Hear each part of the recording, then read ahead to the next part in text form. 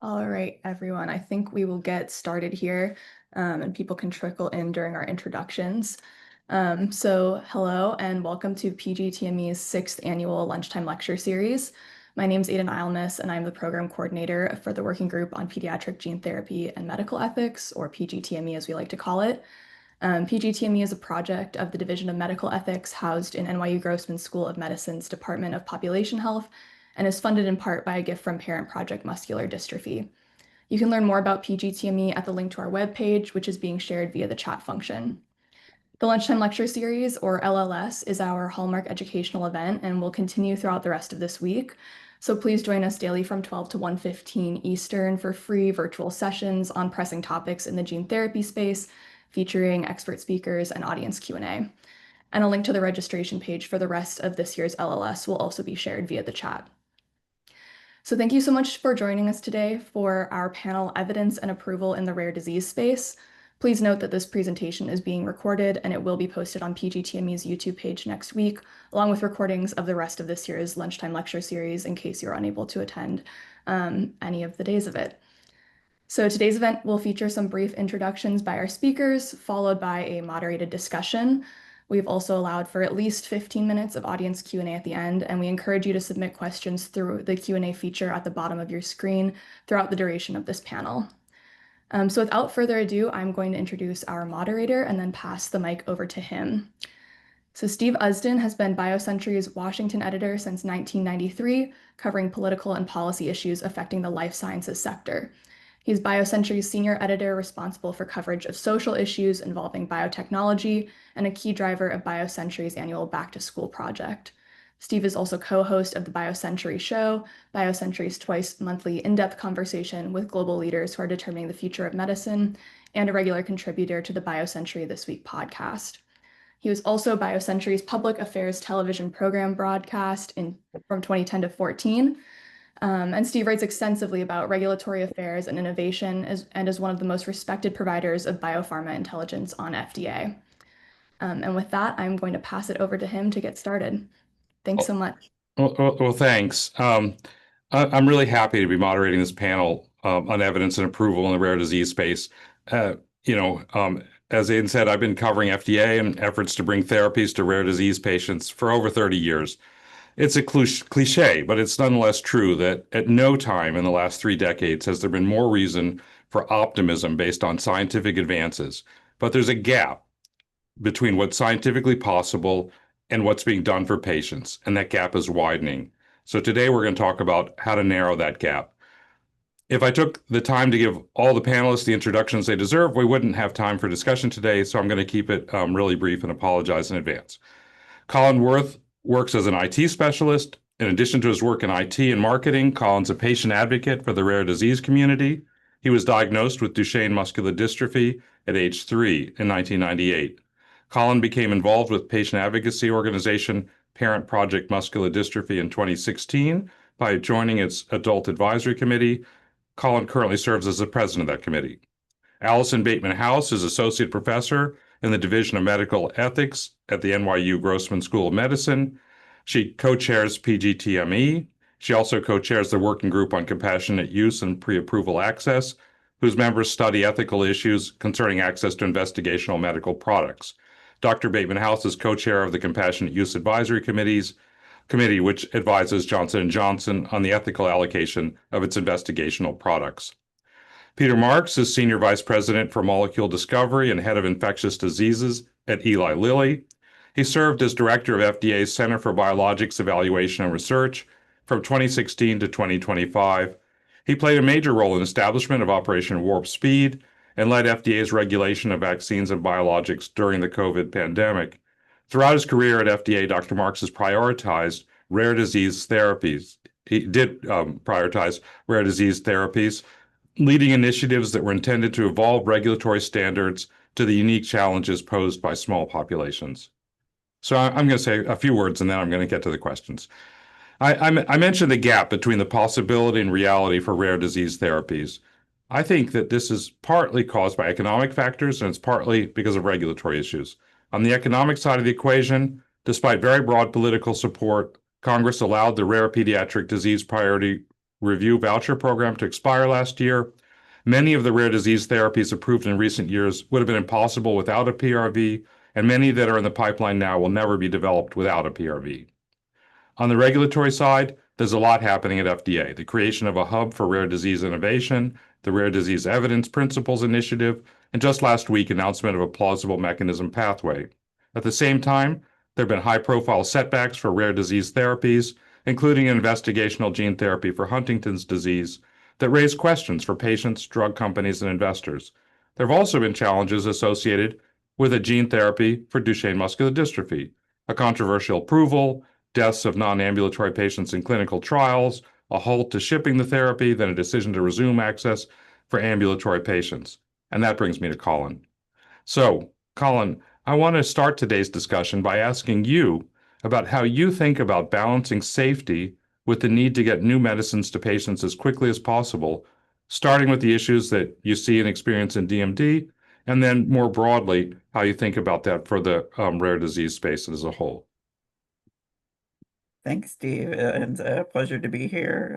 As Steve mentioned, I'm a patient living with Duchenne and have been very active in the community, and I'm glad to be a part of this panel today. I really appreciate the invitation. I will disclose that all my views are my own. I'm just a volunteer with Parent Project, so not a direct representative of PPMD. So yeah, I think that that's a very important question, safety. Obviously it's a very important thing to me. I'm also a proponent of data, so I like to see data on safety, especially. To step back a bit, I will say, when I was diagnosed with Duchenne in 1998, we had no treatments available except for corticosteroids, prednisone, etc.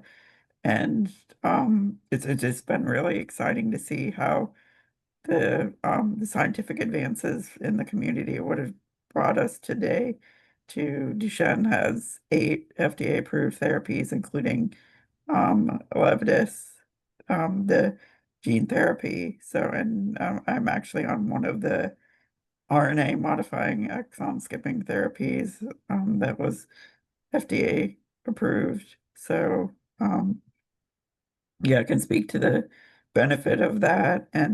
But really to go back to safety, I think safety is paramount. Obviously, we don't want to delay treatment, bringing that treatment to the patients that definitely need it. I think especially with gene therapy, we definitely want to err on the side of caution, because I mean this is as of now, most of the gene therapies are delivered by viral vectors. So obviously, I mean, you're not actually giving the virus to the patients. It's just a hollow delivery, but still, with it being a virus, there's those risks for immune response. So we want to make sure. I think with that risk, I definitely appreciate any data on that safety. So yeah, I can't emphasize enough the importance of safety, but we don't. I'm really just a proponent of research, and one of my goals as an adult patient living with Duchenne is to make sure trials are inclusive of our patient population, because I just think we need to have that data and all the populations. I think, and it's hard. We don't have the best outcome measures in the adult population. Most studies are focused on the ambulatory population, younger boys with Duchenne. So I think it's definitely important to focus on the Duchenne on the broad spectrum, so inclusive of adults. And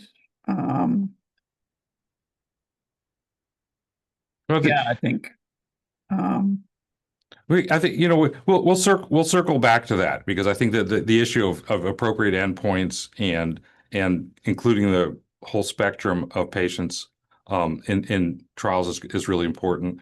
But I want to shift right now to Peter. You served as FDA's director of CBER for 9 years, and as I said, you made facilitating the development of therapies for rare diseases a priority. I'm going to ask you later about the plausible mechanism proposal, but to start off, I want to ask you to talk generally about the intersection of science and regulatory standards for rare diseases. How has the science advanced beyond the empiric? For example, beyond requiring two large placebo-controlled trials to support approvals based on different kinds of data for rare diseases. Right.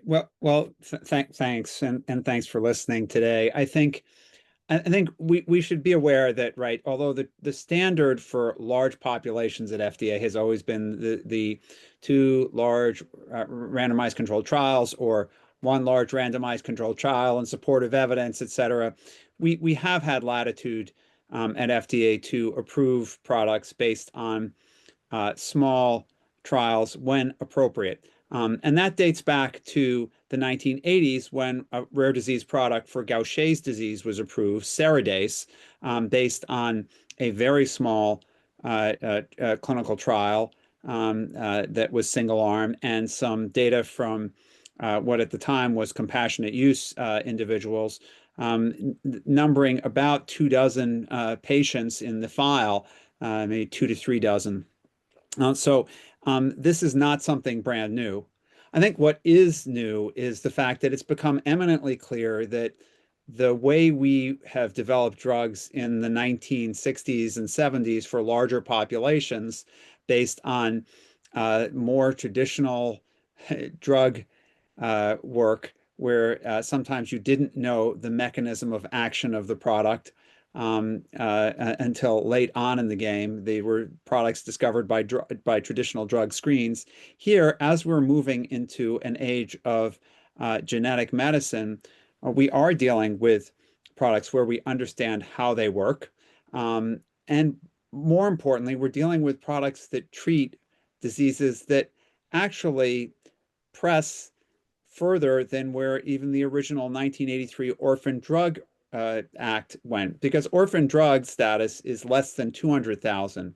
For most of the rare diseases that we'll really be talking about today, that are in desperate need of help, we're talking about, conditions that affect a few thousand.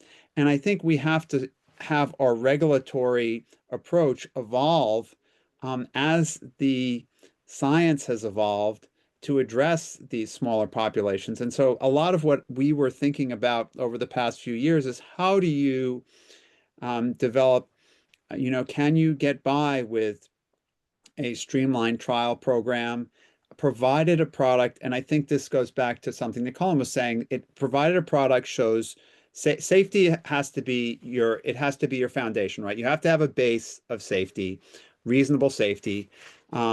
But once you've established that, and it doesn't have to be absolute safety, I should say, but reasonable safety, you're looking to see how can we find evidence of effectiveness, either through biomarkers, surrogates, or through traditional endpoints. And the issue when you're dealing with small numbers of individuals is that you often don't have the luxury of the statistical power that you get when you have lots of patients you can enroll. And so there's a greater uncertainty. But I guess what I would leave, my kind of final part of the remarks that I'd like to make, is that there are two types of errors that we can make at FDA. There's the idea that a product does not have any activity and we determine it has activity by mistake. That's something that we are terribly afraid of making a mistake of when I was at FDA, right? You don't want to make a mistake to consider something active when it's not active.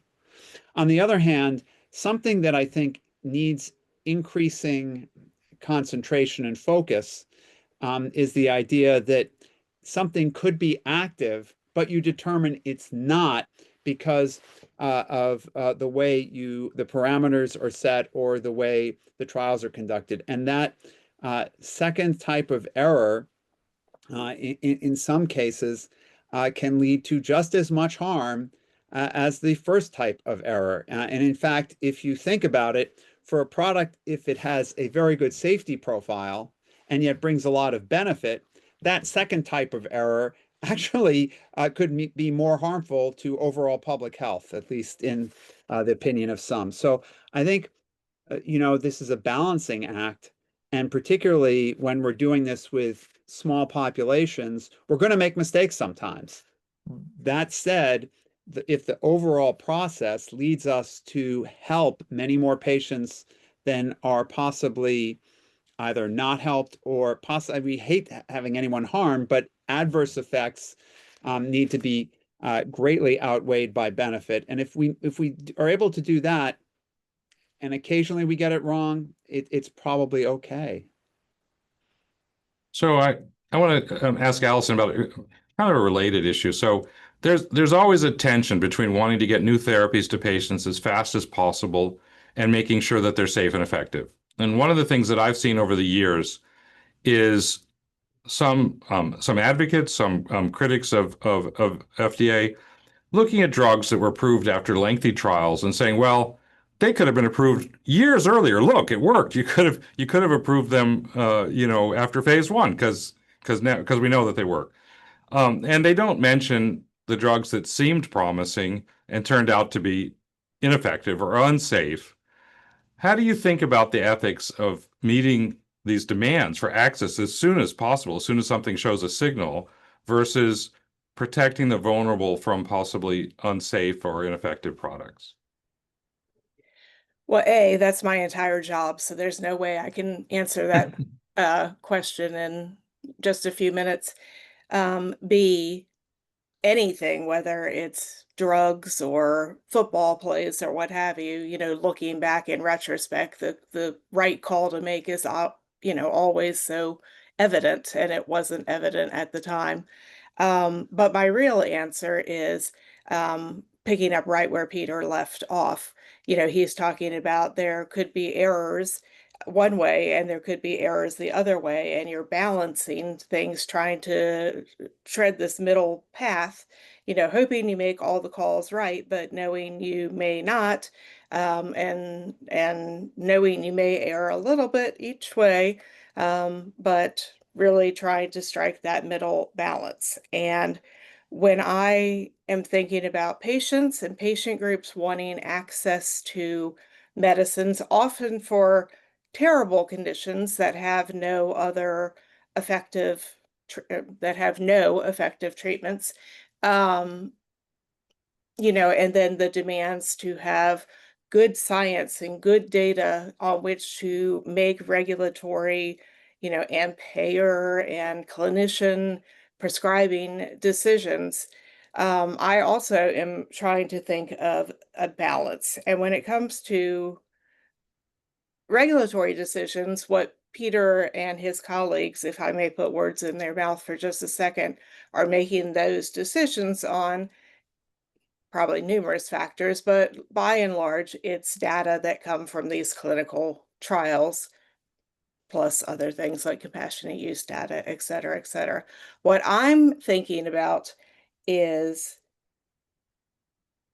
ethics. I'm not looking, you don't typically have ethics data.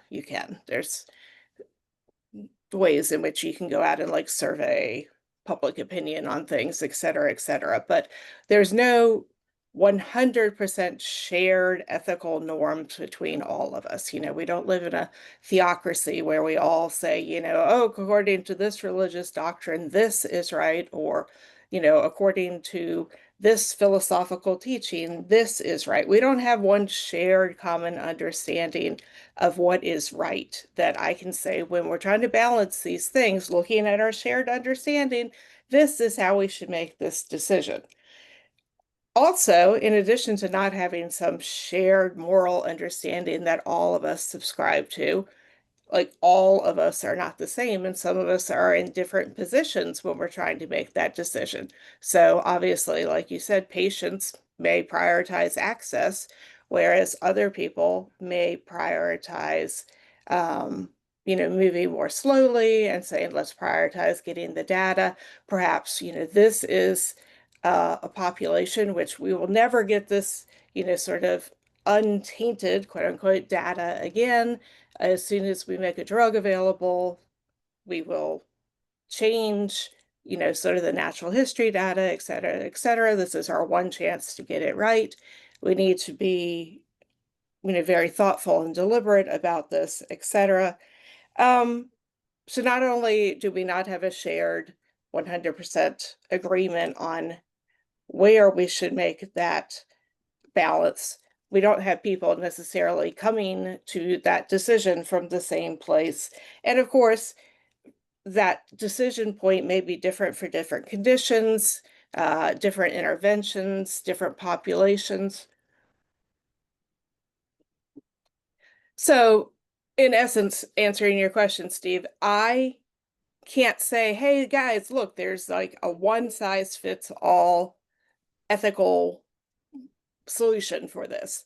What I can say is I can say, well, let's look at what happened in the past and where we agreed things seemed to go really well and where we can agree things did not seem to go really well, and try to learn, parse out lessons from those, um, and use them to come up with best practices.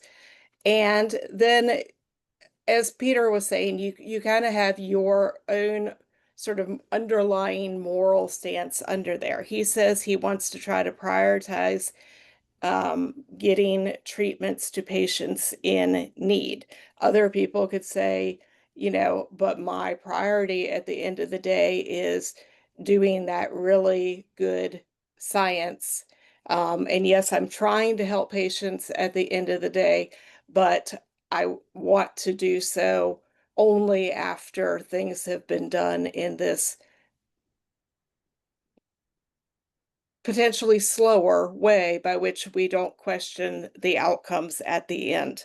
When I talk with patient groups, one of the things that causes a lot of whiplash is when a trial is done and it seems to show positive results, and then another trial in the same question is done and it shows opposite results, and people throw their hands up in the air and they're like, what good is doing all these trials when people just seem to get whatever result they want? And trying to explain to people that there will be a number of different valid results, and what we're trying to look for is that spot in the middle where we think the truth lies.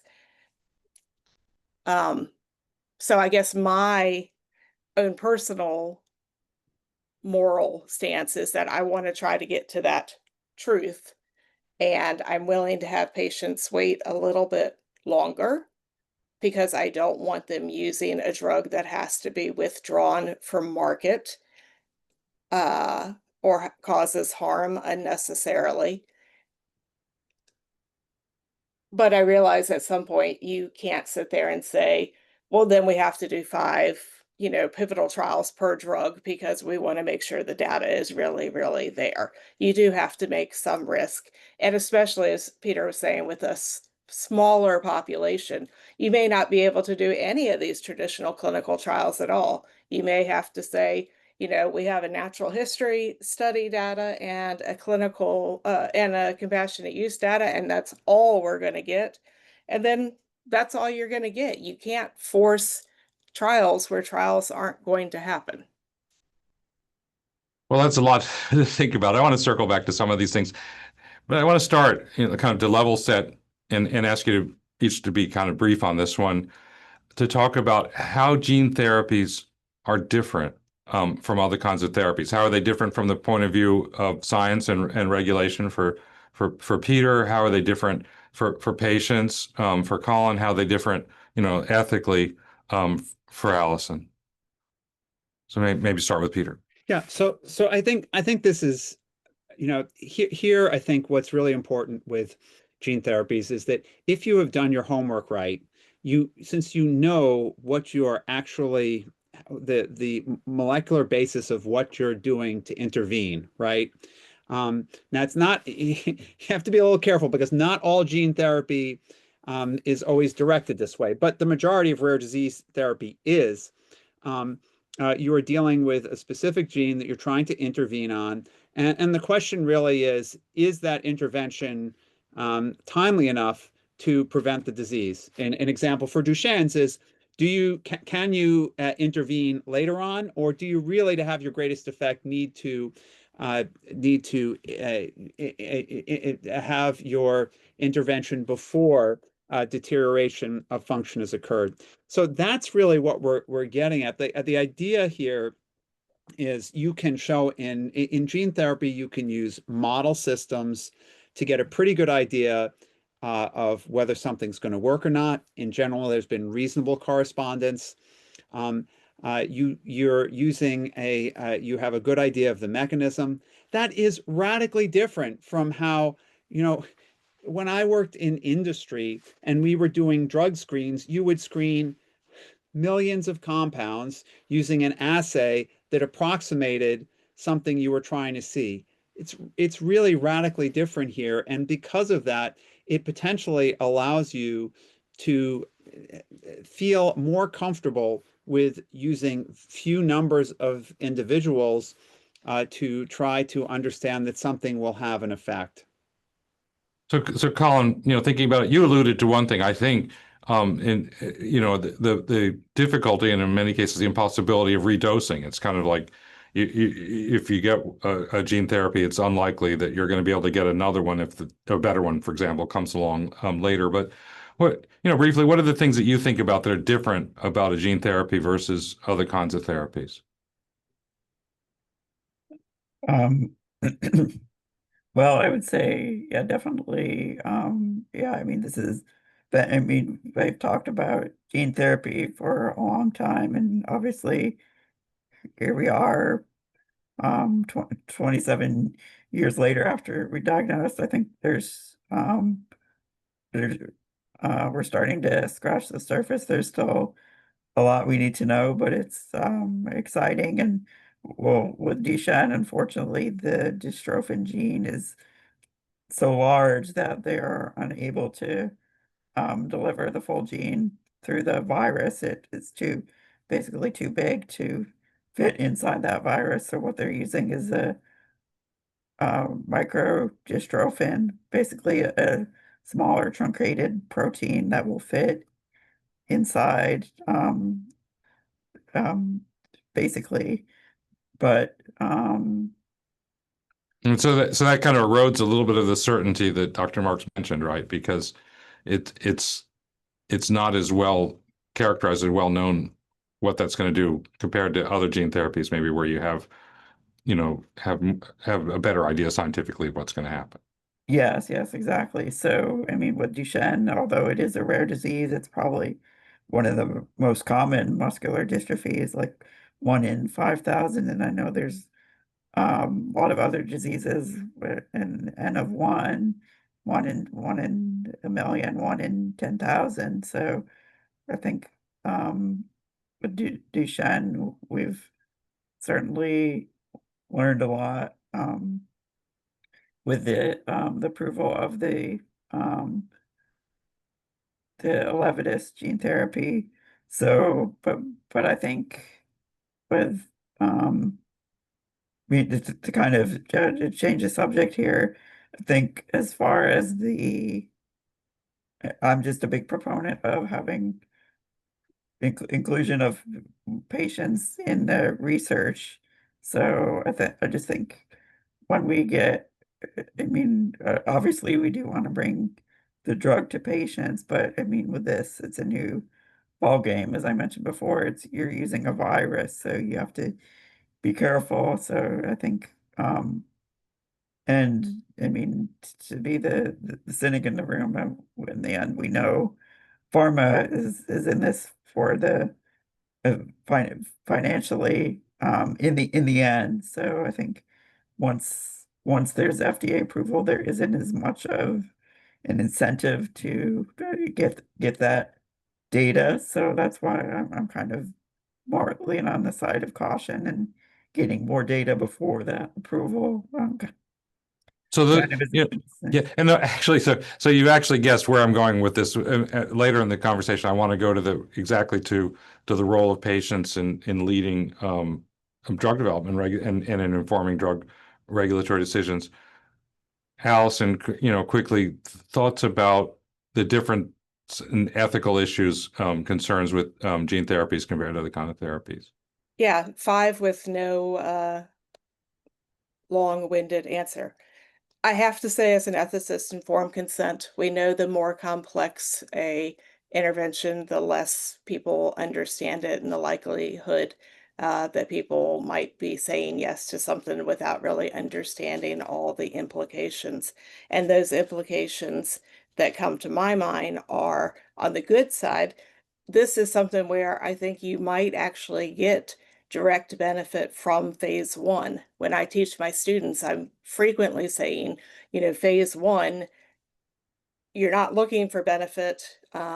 You're probably not going to get a benefit except for maybe in gene therapy. So that's different. But the other things that um, you need to understand with the informed consent is that the recipient is probably going to be excluded from future trials. There's a older study that was published where they tested the utility of informed consent, and they said of an informed consent process, and they said, yeah, it really did help people understand um, what was going to happen in the trial on everything except for the fact that they won't be eligible for other trials. We've already talked about redosing, but the redosing twist that I'm interested in is, do sponsors have an obligation to trial participants?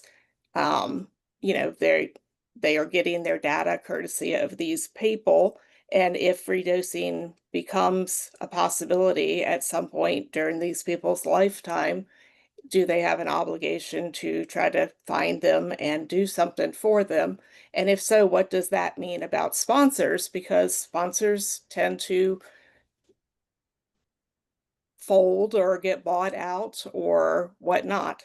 And then the last one, US regulatory code for children says that you can only do research that has a prospect of direct benefit.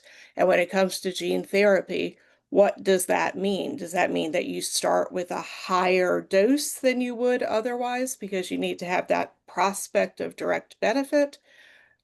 What does that mean? So I want to jump in now into something that's very specific because I've actually heard from a number of rare disease patients over the last 6 months asking me the same kind of question, which is about accelerated approval for rare diseases, and in this today, accelerated approval for gene therapies. Peter, you were on the front lines of making those kinds of decisions. One, what are the things that you think about in considering whether a gene therapy should get accelerated approval? And do you think that the decisions that are being made now, that are being made by FDA now, kind of adhere to the ideas and the kind of consistency and scientific integrity and so on that that you propounded when you were there? Yeah, no, thanks. So it's a good question. So the use of a biomarker that is some laboratory test to determine whether gene therapy is working it varies. And I think it varies because there are so many different kinds of diseases. In some cases, the presence of a biomarker is virtually definitive for the fact that the gene therapy is working. A good example of that is in gene therapy for a blood disorder called beta thalassemia. You don't make hemoglobin, and if you can show that you're making hemoglobin, the gene therapy has worked. It's just a matter of how long it will work. But if you're making, you can measure how much hemoglobin you're making. So there you have a great biomarker, right? Same thing is somewhat true in hemophilia. blood clotting disorders. Then there are some that are more difficult because the products that are being made are inside of cells and they're harder to measure. That is one of the challenges in Duchenne's muscular dystrophy, that it's not as easy to measure with biomarkers. So we try to sometimes use other surrogate endpoints, intermediate endpoints, clinical endpoints, to see if something's working. Those are absolutely, in my mind, essential to getting products to the benefit of patients more rapidly. Yes, it's true that occasionally you don't have correspondence with ultimate clinical outcomes. But you know what? If we would have held the field of cancer medicine to that same standard, that you have to absolutely always show overall survival before you can get an approval, many of the products that are currently on the market that ultimately have brought benefit would have been delayed by years. And I think I am somebody who has never believed, despite the fact that I am a card-carrying, board-certified hematologist oncologist, I have always taken issue with cancer exclusivity, or cancer, this idea that we can do for cancer is so different than rare diseases, because many rare diseases that we're dealing with kill children faster than many of the cancers we deal with, or they cause debilitation in a similar manner. So I think we have to, obviously there's benefit and risk, but the reason for using surrogate endpoints is to get things like laboratory tests or clinical tests that are not the final endpoints, is that we can get there faster. And by and large, as long as we do it so that, I don't know, 80 or 90% of the time, we do it so that we're right at the end of the day, and the final result on how someone feels, functions, or survives correlates, we've helped more people than not. Again, So yeah. So that's to be clear, that's the way that you saw things when you were at FDA. I'm not going to ask you necessarily to talk about specific instances, but there's a lot of concern, kind of angst, that some of the policies that you put in place, some of the people who were responsible for implementing those policies aren't there anymore.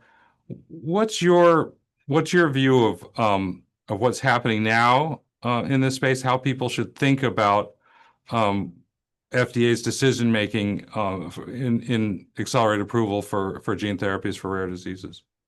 So I think I have to break this up into, this is going to be a little bit of a longer answer because it has to be broken up into two parts.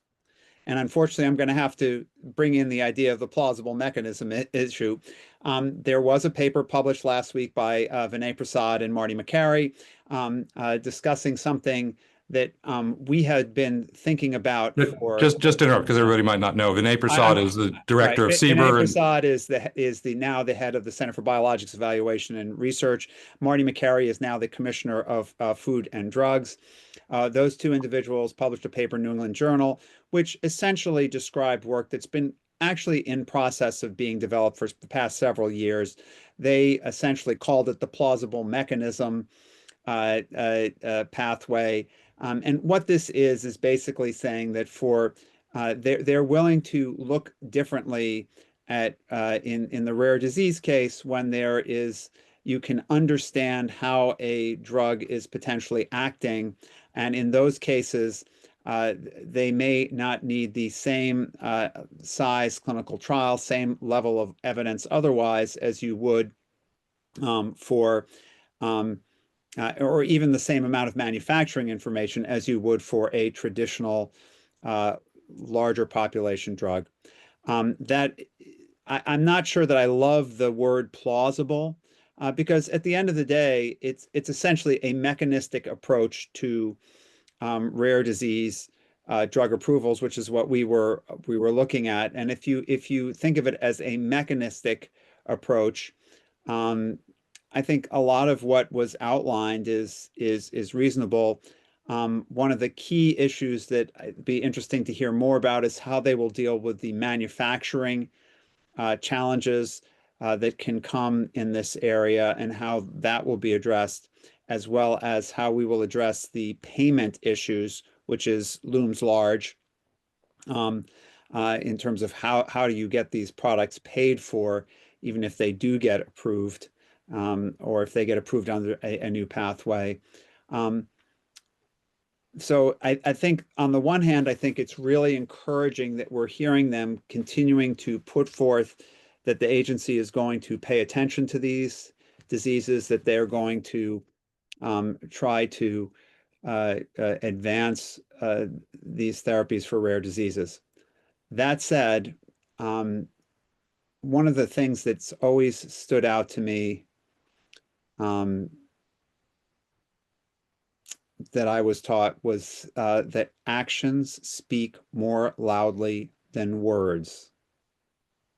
And so the real question here is, will the actions that the agency takes actually reflect what's on the page? In other words, will we see more products for rare diseases thoughtfully, with good consideration of safety and mechanism, making their way to patients?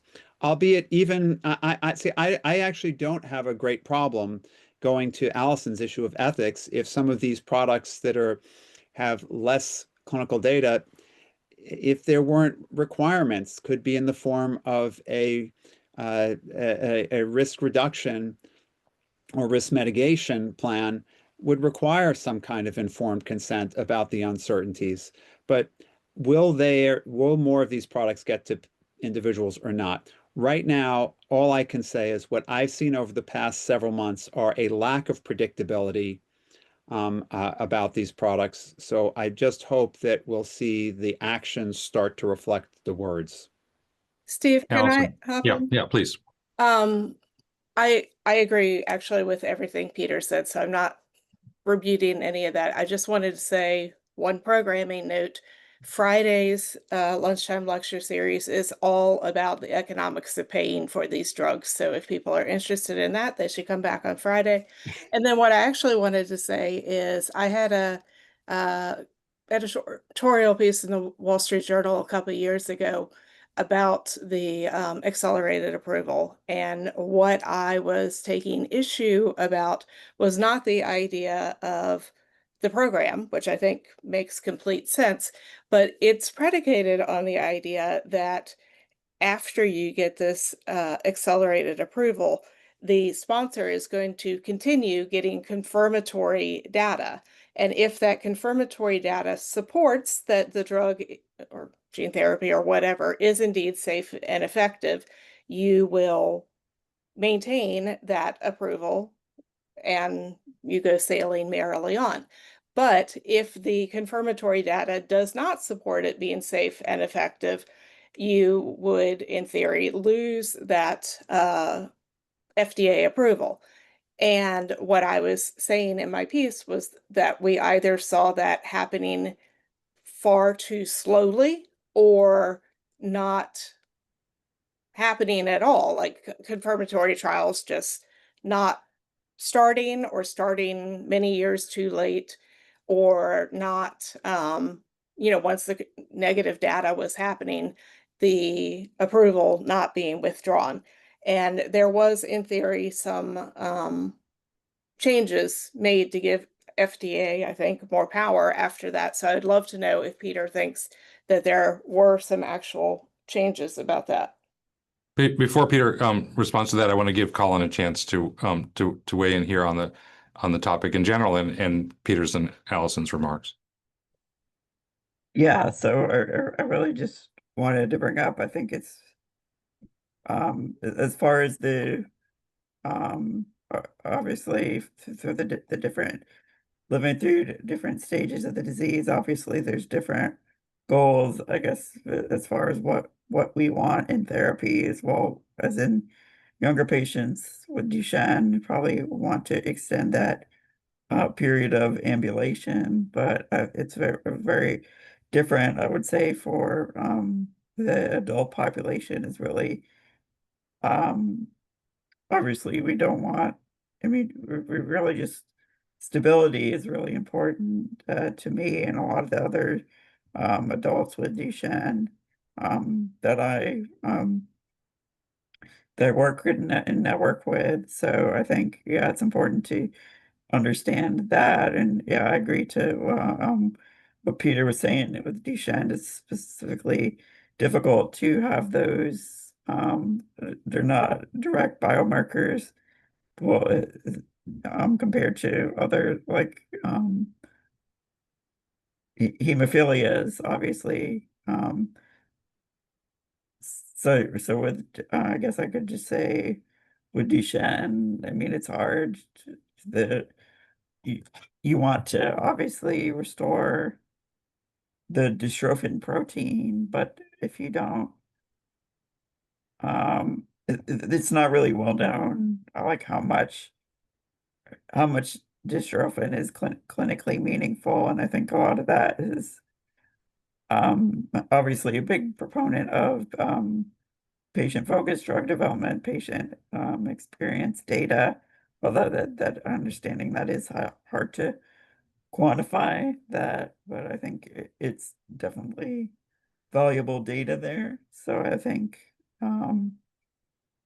yeah, it's hard when you're applying to different diseases, but just think it comes down to patient quality of life in the end, and especially emphasized to pharma companies that were actually, I mean, living, breathing individuals. Although we're just a number on a graph, we're still remember that we're patients with actual lives. So I think that's just something I can't emphasize enough.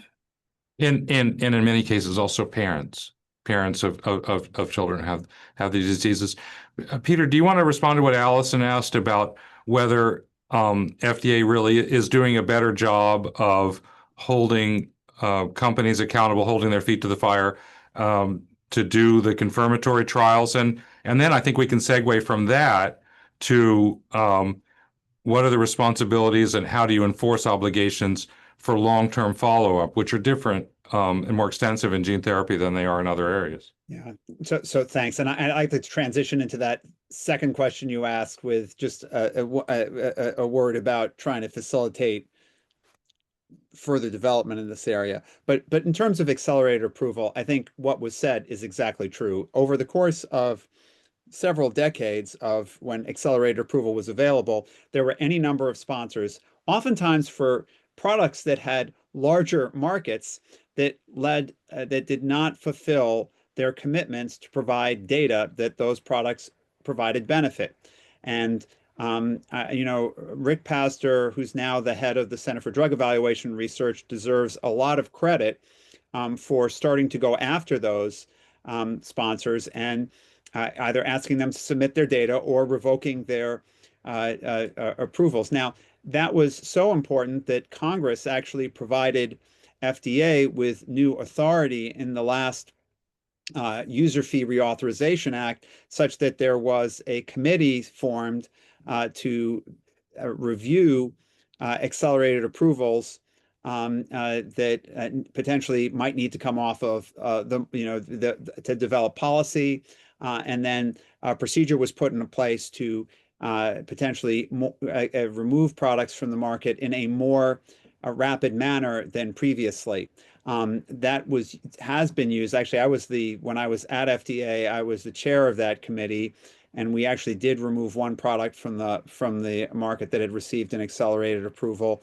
But I think that discipline is very important if we're going to have a successful accelerated approval path. It's not, sponsors don't love it. I get it. It's never fun to take a product off the market. But if we want to try to get things on more rapidly, we have to be able to take things off that do not show the confirmatory evidence that they need to.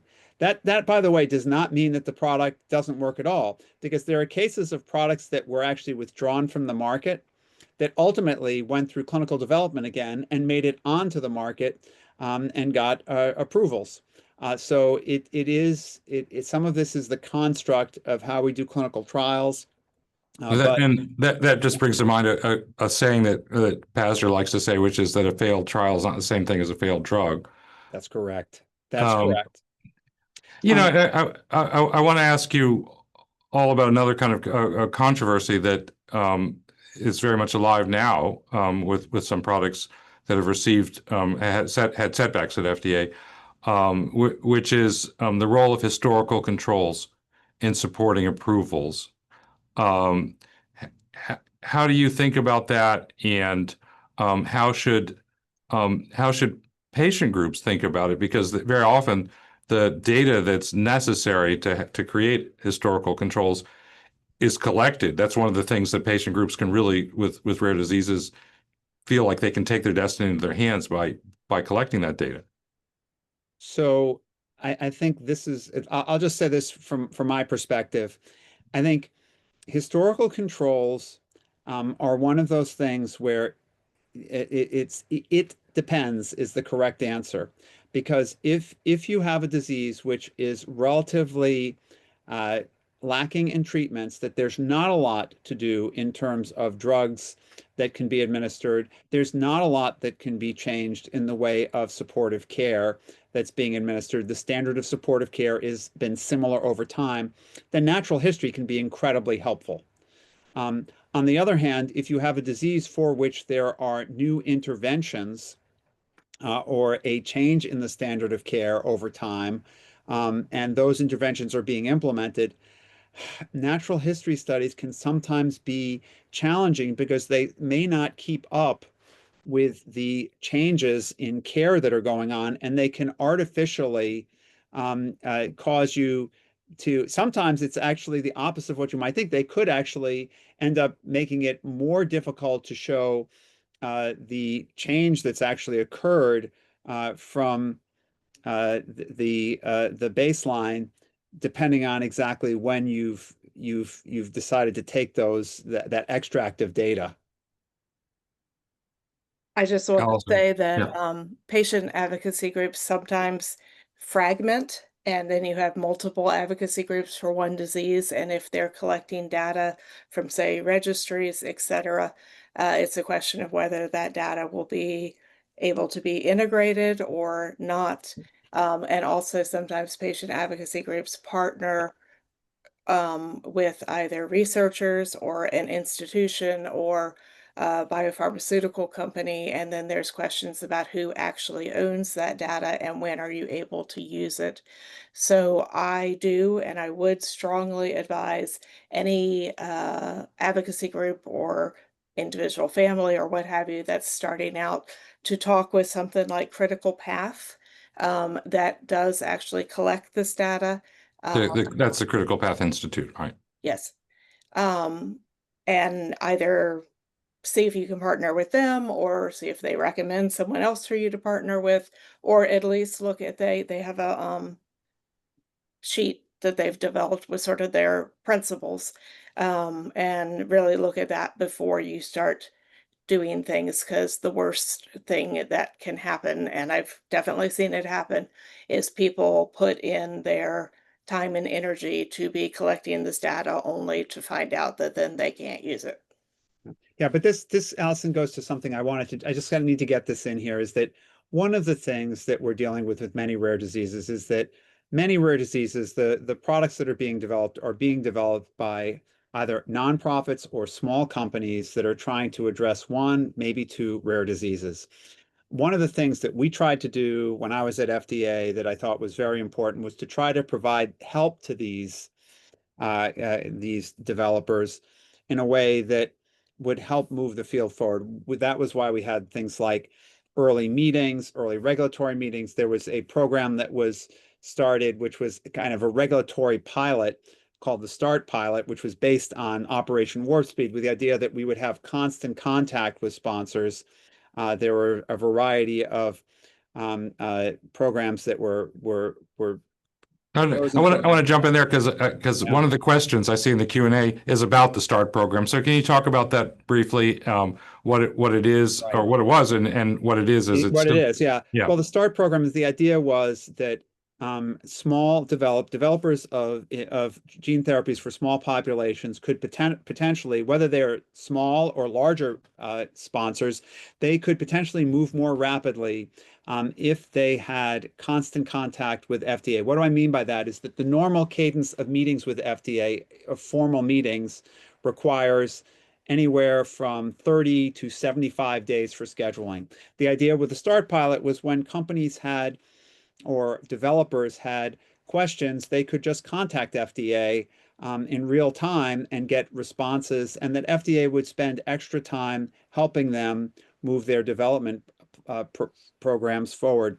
And to that end, there's, I see the question here, Canavan's disease is a good example. Rare disease, bad outcomes if not intervened, essentially irreversible injury and death if you don't intervene. And so here, the idea is, could you move forward development more rapidly by this essentially constant contact approach and assistance? And that did seem to be something that when we put it in place was working, and it's continuing on. If the pilot worked out, the idea was to expand it further to more rare diseases. Again, why is this important? Because just, again, you're going to hear more about this on Friday. They shout out to Alison's advertisement for Friday. But drug development is very costly. And that cost is, the longer it takes, the more it costs. So if you could reduce the time wasted in development, you can reduce the cost, which is good for keeping the drugs in development. It's also good for patients because they get the drugs sooner. So that is, I think, was the idea of the START pilot. One of the other questions in the queue here is about international harmonization. Rare diseases obviously don't occur just in one country, and the bigger the group that you can aggregate to study, the better you're going to be. Thoughts about prospects for harmonizing regulations between the United States, Europe, Japan, other countries? So this one I'm happy to jump into, because this was one of my kind of themes besides rare diseases, was to get towards regulatory harmonization, in specifically for rare diseases as one of the poster children for why global harmonization is so important. And there is a tremendous interest in this among other regulators because the risk is low, right? Rare diseases do not affect, even in aggregate. Yes, they do occur in a lot of patients in aggregate, but they're not large populations. And so the regulatory risk within any given country of trusting another trusted regulator is relatively low. So we'd been working at the time with the World Health Organization, with meetings with the European Medicines Agency, which covers the European Union, the MHRA, which covers England, Swissmedic for Switzerland, PDMA, which is the Japanese regulator, and even some of the Middle Eastern countries, to try to come to more regulatory harmonization. And there's a lot of agreement on this. It's just a matter of working through the process. And unfortunately, with reduced funding and reduced interaction with WHO, some of this has been set back, although my understanding is there's still, the US is still reaching out to other global regulators on an individual basis to try to come to more global harmonization. But it would make a huge difference because although we might only have 10 or 20 or 30 of a given rare disease patient in the United States, if you were able to have a global reach and have 100 or 200 patients, that actually makes something much more viable to produce. Can I jump in here, Steve? Yeah, quickly, because there's other questions I want to get to. Yeah, please. One of the most frequent questions I am asked by drug companies right now, to take Peter's hypothetical, is, okay, we have 20 patients in the United States, then we have 2 in this country, 1 in this country, 1 in this country, et cetera, et cetera, et cetera. we don't plan to commercialize in many of these countries because with only one patient there, it doesn't make sense for us. And when we treat that one patient in the trial, suddenly there'll be no patients until, someone happens to be born with this disease again. I mean, economics wise, that's a problem, but also equity and justice wise, that's a problem because you have companies that are saying upfront, we only plan in commercializing in a handful of countries, and the rest of the world is going to have to figure out somehow to fly to those countries, stay there to get treated. And then if we have any prayer of getting long-term data from them, it's going to be because the parents took it upon themselves or the local health service took it upon themselves to fly them back. And I mean, that is a global problem. So I don't want to shy away from the difficult question. So one of the questions that's in the Q&A is about what to do when clinical trials seem to indicate that a product isn't safe or effective, or at least it haven't been demonstrated to be so in the clinical trial. The question specifically is about exon skipping drugs for DMD.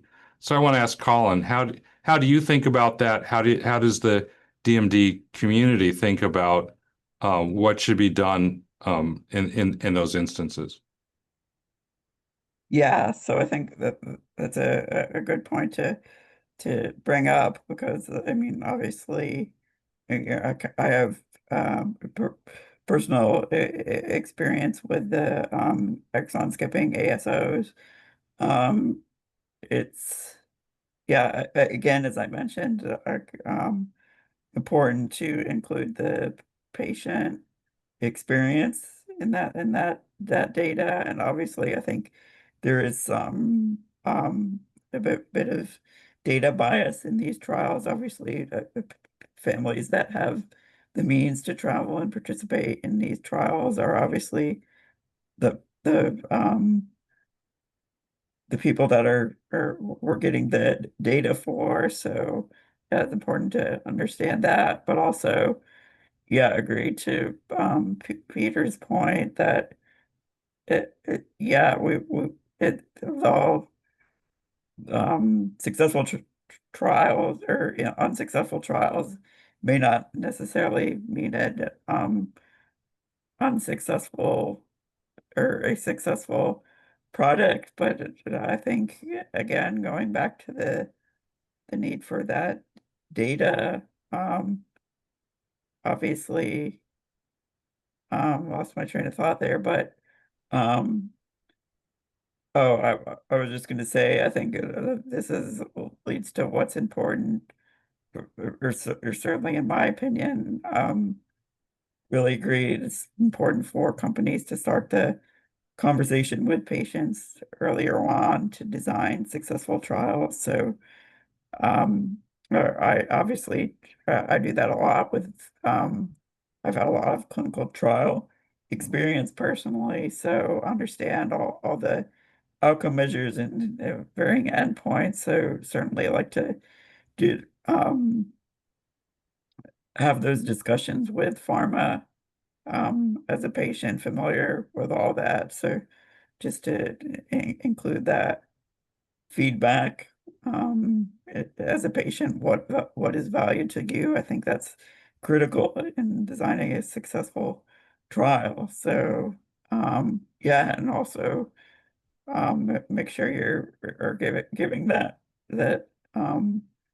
data to patients. So I mean, I saw there was a comment or a question in the chat about whether or no, we had kind of thought of this question that what the patient matters to trials, and I think that is certainly, in addition to being participants in trials, we can help to design better trials. Absolutely. So Peter, Alison, any thoughts about the topic in general and in specific about the exon skipping drugs for DMD? I'm gonna Yeah. pass. Yeah, so I would just say this is a very it's a very challenging area, and I'm not expert enough in here, but I think what Colin was trying to say, I think, is exactly right, which is that it may be that despite the fact that the drugs may have activity, it may be very challenging to show that. I think they're going to have to work through this. I just need to back up and just say something about Duchenne's muscular dystrophy. It's like it is the prime member of a class of diseases that is incredibly challenging for genetic medicine. That's because when you step back, think of what we are as human beings. We've got bones under there. We have a small percentage to a moderate percentage of fat, but most of what we are that holds us together is muscle. And imagine you have something wrong with that muscle, and the muscle mass in an adult is measured in the tens of kilograms. And so a gene therapy, it's a very tall order to fix all of the structural proteins in that. And it may be that what we'll see with successive, and I think this is a forward-looking statement of where we may be going, is as we see gene therapies become available that are redosable, we may be able to get to places where enough muscle is changed to be able to express the necessary proteins. There are even now gene therapies that are conceivable where you could actually express full-length dystrophin. So these are things that will hopefully come and become realities in the next 5, 10, 20 years. They're based, though, on the fact that we continue to progress through and that patients continue to participate in clinical research, which is why it's so important that we maintain trust in the clinical research process, and why I think ethical developers should be trying to do the right things of getting the right answers to whether something works or not.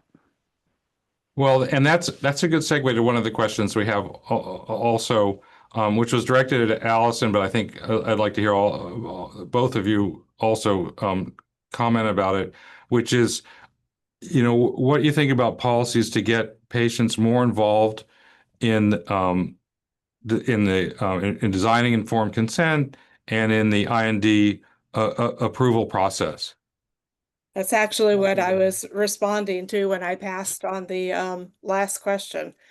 I mean, I think it's great, and FDA for a number of years has been trying to include patients and community members in understanding things like their risk tolerance, et cetera, et cetera.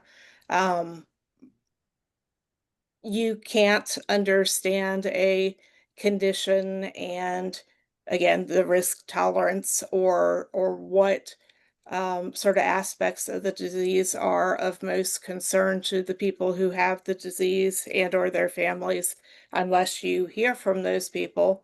And I think when we're developing drugs, we really ought to be developing drugs for the people who have the condition, not just drugs that will sell. So yeah, I'm all for it. I'm on a DSMB. I'm on numerous DSMBs. None of them have a patient representative, and I would love to have someone there sometimes to look at them and say, do you think that that would be a concern or not?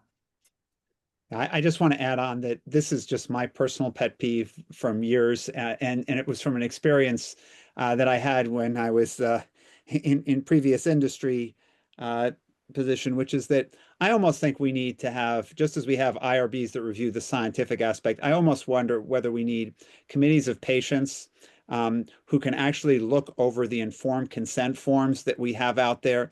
Anybody here who's at a modern informed consent form realizes that they are written for attorneys often, not for patients. And the reason why this came up was for one of the trials we did, Europe required us to have a pediatric assent form. The pediatric assent form took what was otherwise a 30-page consent form and reduced it to 6th grade reading language on the front and back side of a single page. The crazy thing that happened was we ended up having to get IRB approval in the US from sites because the sites wanted that not as their consent form, but just to have it available because suddenly patients could actually understand what the 30-page consent form said. So informed consent it's actually, we often say it's a process. Doctors should make sure, or providers should make sure that patients understand everything in there. But given the speed that modern people are traveling at, it would be nice if what's actually on the page was understandable in a briefer period of time, and actually that we took that and made the effort to actually explain it to patients in understandable I terms. just want to add that institutions are increasingly doing that. So, for example, my institution, NYU, has a patient advisory council that primary investigators can use to do that. They can give them their consent forms and meet with them and say, what did you understand? What do you like, not like, etc. But they're voluntary. And also more and more biopharmaceutical companies are seeking advice from such things as well. Yeah. And I wonder if this is also an area where technology can really benefit by giving patients access to videos, giving patients access to even to chatbots that are dedicated to informed consent so that they can answer questions about it in a structured way. Please don't send them to the chatbots.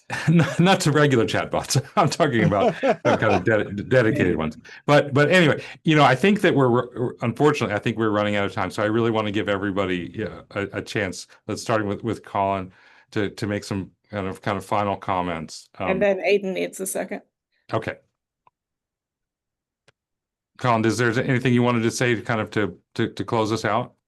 Yeah, and I think just to add briefly to that comment, I definitely agree. Those informed consents from the patient perspective. While I certainly am overly familiar with that process, so not too burdensome there for me. But I think as a general consensus from my understanding with the community, I think they're definitely the consent forms are very overwhelming, especially if you're a newly diagnosed family coming in there. So definitely agree to ways to make it less burdensome. And I actually did work with one company recently to review their IRB. So hopefully that will continue to be a process. And and then in closing, again, can't emphasize enough how important it is to include the patient voice and including patients in the whole the trial landscape. So from planning until and even I think it's great. I know some friends that have done the FDA patient representatives. I know some of them very well, and really, I have a lot of good friends in the community that are, are very active. But I think in the end, I guess just message to FDA and regulators is, I think, kind of, I'd appreciate if you weigh our voice to more value, as obviously we're the patients living with a disease. We're in the end the experts on ourselves. So just emphasize the importance of the patient voice. I actually think that's a perfect way to end the discussion today. I'll turn it over to Aiden to take us out. I'll be quick. I know we're a minute over, but I want to thank all of our speakers today for such a great discussion, and also thank all of the attendees for your thoughtful questions. Be sure to tune in for tomorrow's panel, Communication, Data Sharing, and Reporting. A link for that registration has been put in the chat, and we can continue some of the sort of threads of this discussion today. And on behalf of PGTME, I just want to thank everyone who's attended, participated, or helped put this webinar together. So thank you all so much, and have a great rest of your day.